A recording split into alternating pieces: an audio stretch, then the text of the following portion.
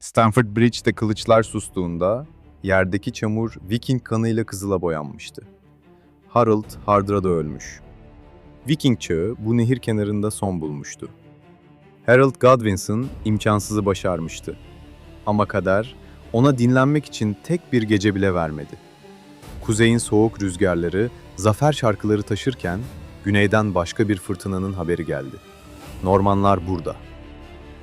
Bu tarz savaş hikayelerini seviyorsan abone ol. Çünkü şimdi Stamford Bridge'in külünden Hastings'in cehennemine gidiyoruz. 1066 yılı. İngiltere tahtı için tam anlamıyla bir fırtına yılıydı. Çocuk bırakmadan ölen Kral Edward the Confessor'ın ardından tahta Harold Godwinson çıktı. Ama sorun şuydu. William, yani Normandiya Dükü, tahtın kendisine vaat edildiğini savunuyordu. Norman anlatılarında Harold'un bir dönem William'ın iddiasını destekleyeceğine dair yemin ettiğinden bile söz edilir. Burada net olmak lazım. Taht üzerindeki hak iddiaları konusunda kaynaklar farklı anlatır. Ama şu kesin, iki taraf da kendisini meşru görüyordu. Ve bu meşruiyet tartışması kılıç çekilmeden bitmeyecekti.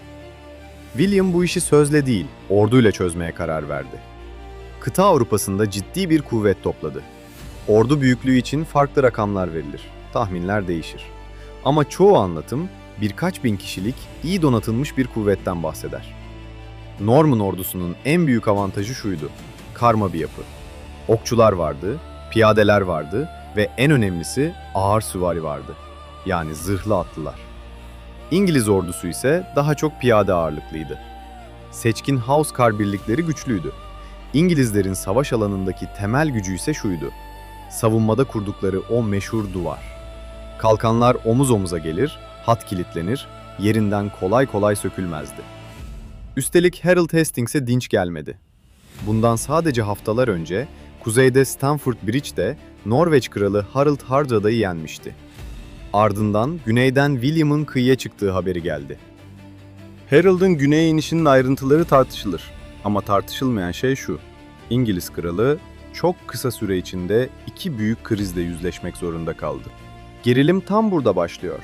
Çünkü William'ın amacı sadece kıyıya çıkmak değildi. Harold'u zorla meydan savaşına çekmekti. Harold'un amacı ise istilayı durdurmaktı. İki komutan da geri adım atamazdı. Biri kazanırsa kral olacaktı. Diğeri kaybederse her şeyini kaybedecekti. 14 Ekim sabahı Harold ordusunu güçlü bir savunma hattına yerleştirdi. İngilizler bir sırt hattındaydı, yani yüksekteydiler. Yaklaşık yarım mil boyunca uzanan bir savunma çizgisi kurdular. Bu diziliş özellikle süvari hücumlarına karşı son derece zorluydu. Mantık basitti: yerini koru, safları bozma, geleni yokuş yukarı karşıla. Bu tercih savaşın ilk büyük kırılma anıdır. Çünkü Harold oyunu savunma üstünden kurdu. O an için doğru karardı. Normanların aşağıdan yukarı hücum etmesi gerekiyordu. Okçular önce hattı yıpratacak, ardından piyade ve süvari gedik arayacaktı. Ama İngilizler yerini koruduğu sürece bu hiç kolay değildi. Savaş sabah saatlerinde başladı. William ordusunu klasik ama etkili bir düzende kurmuştu. Önde okçular, arkasında piyadeler, en geride atlı şövalyeler. İngiliz tarafındaysa savaşın omurgasını yaya savaşan Housecar birlikleri ve savunma hattının içine yerleşmiş diğer savaşçılar oluşturuyordu. İlk ok dalgası geldi. Gökyüzü bir anlığına karardı. Sonra o ses. Kalkanlara vuran okların tok sesi. İlk hücumlar İngiliz hattını kıramadı. Normanlar yokuş yukarı tırmanırken hız kaybetti. İngiliz balta ve mızrakları yakın dövüşte büyük iş gördü. Atlar yükseltiye vurdukça hat geriliyordu ama kolay kolay açılmıyordu. Hastings'in mantığını anlamak çok önemli. Bu savaş tek darbede çözülen bir savaş değil. Saatlerce süren bir yıpratma savaşı. Yokuş kayganlaşıyor, ayaklar çamura gömülüyor, nefesler kısalıyor. Kalkan tutan kol ağırlaşıyor ve her dakika savunan taraf için daha zor. Savaşın bir noktasında Norman sol kanadında panik çıktı. William'ın öldüğü yönünde bir söylenti yayıldı. Bazı birlikler geri kaçmaya başladı. Bu an savaşın ikinci büyük kırılma noktasıdır. Çünkü komutanın öldüğü sanılan bir ortaçağ ordusu çok hızlı dağılabilir. William bunu fark etti. İleri atıldı. Miğferini kaldırdı, yüzünü gösterdi. "Ben buradayım," der gibi. Bu sadece moral değil, ordunun çökmesini engelleyen hayati bir hamleydi. Ama bu panik başka bir şeyi de tetikledi. İngiliz hattındaki bazı savaşçılar kaçan Normanları takip etmek için tepeden aşağı indi. İşte Harold'un istemediği şey buydu. Çünkü İngilizlerin gücü hat halinde durduklarında ortaya çıkıyordu. Hat bozulduğunda tek tek kalan adamlar atlılar için av haline geliyordu. William toparlanan birlikleriyle karşı saldırıya geçti. Aşağı inen İngilizleri çevirdi ve parça parça eritti. Günün ilerleyen saatlerinde Normanlar geri çekilme görüntüsü verdi. Bu hamlenin ne kadarının plan, ne kadarının fırsat olduğu tartışılır. Ama sonuç net. İngiliz hattı bozuldukça Norman süvarisi alan buldu. Alan buldukça yakın dövüş dengesi değişti. Denge değiştikçe Harold'un savunması yıprandı. Okçuların baskısı da sürdü. İngilizler sık bir düzende durduğu için yoğun atışa açıktı. Normanlar her dalgada biraz daha zorladı. İngilizler her dalgada biraz daha eksildi. Öğleden sonra savaş artık bir güç gösterisi olmaktan çıktı. Bir dayanıklılık testine döndü. İnsanlar düşenlerin, kırılan kalkanların arasında savaşıyordu. Her şey ağırdı, her şey yakındı ve her şey geri dönüşsüzdü. Akşama doğru Normanlar son büyük saldırıyı yaptı.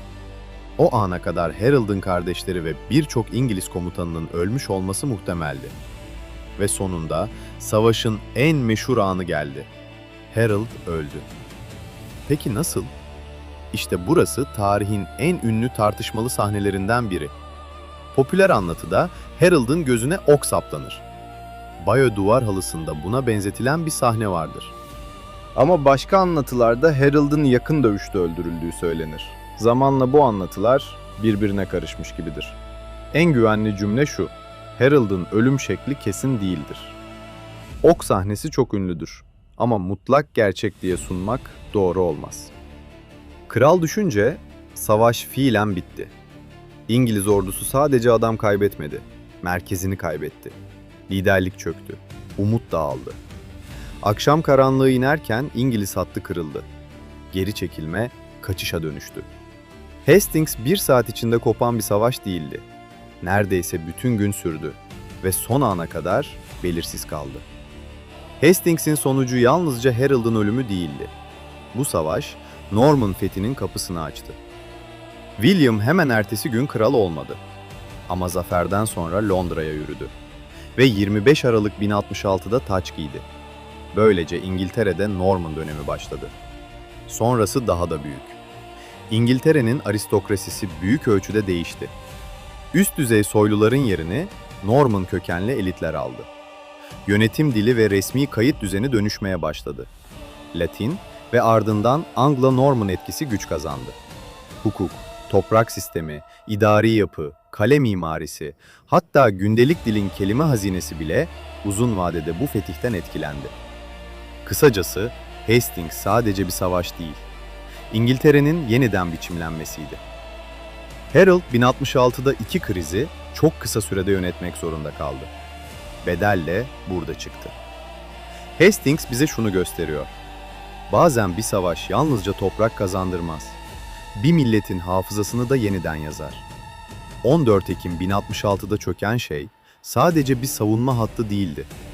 Eski Anglo-Sakson İngiltere'nin son büyük direnişiydi. Ve o gün kazanan William sadece bir taç değil, yüzyıllar sürecek bir düzen kurdu. Peki sizce Hastings'in gerçek dönüm noktası hangisiydi? Harold'un tepeyi seçmesi mi? William'ın paniği durdurması mı? Yoksa İngiliz hattının disiplinini kaybetmesi mi? Yorumlara yazın. Bu tarz tarih ve savaş anlatılarını seviyorsanız videoyu beğenmeyi ve kanala abone olmayı unutmayın. Savaşların izinde kalmaya devam edin. Tarihle kalın. Hoşça kalın.